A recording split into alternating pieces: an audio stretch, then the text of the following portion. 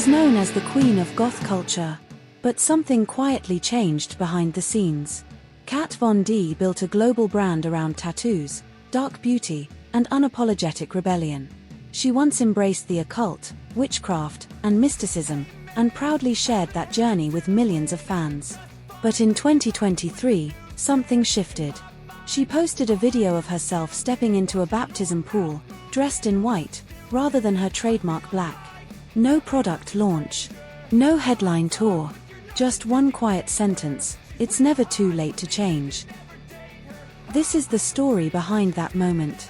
A story that reminds us, style doesn't define your soul, and peace sometimes arrives when the cameras are off.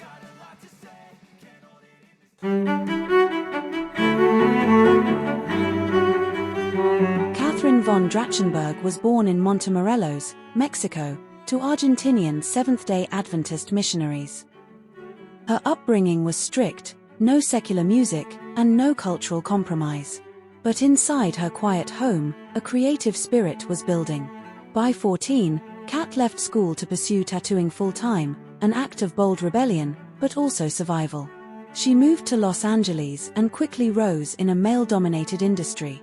Her skill, style, and sharp persona earned her a spot on Miami Ink, and eventually LA Ink, where she became the face of modern tattoo culture.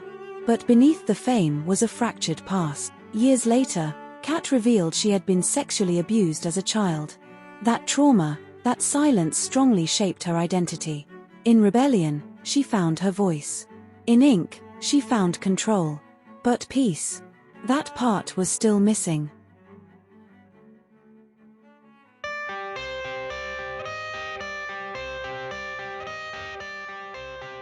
With fame came branding, and Kat leaned fully into the Gothic aesthetic.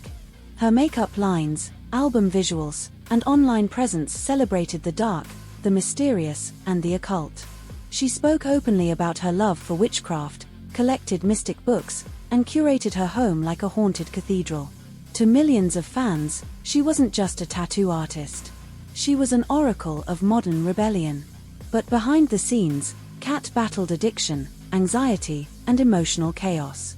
The spiritual tools she had embraced were not actually healing her. Sometimes, the things we reach for in pain only pull us deeper in. By 2020, that pain began to shift.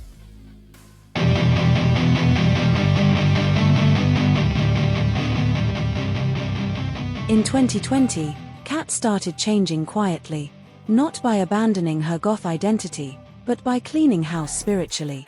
She shared publicly that she was no longer practicing witchcraft. She even posted about throwing away every occult book she owned, writing, "I just don't want to invite any of those things into our family's life." She began removing certain tattoos, not out of shame, but because they no longer reflected her spirit. Then, in 2023, she made it official. Kat Von D was baptized. Surrounded by loved ones, she stepped into the water, covered in white, and made a public declaration that her soul belonged to something far deeper than aesthetic. Her husband, Raphael, a former death rock artist himself, supported her completely.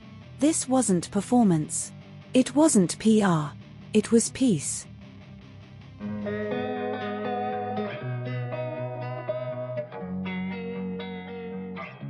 Kat Von D didn't stop wearing black. She didn't trade her eyeliner for a prairie dress. What changed was her allegiance. In a culture that preaches self-worship, Kat chose surrender. In a world where the feminine is told to chase power and identity through rebellion, she found freedom in repentance. That's not weakness. That's wisdom. You don't have to look like a stereotype to be transformed.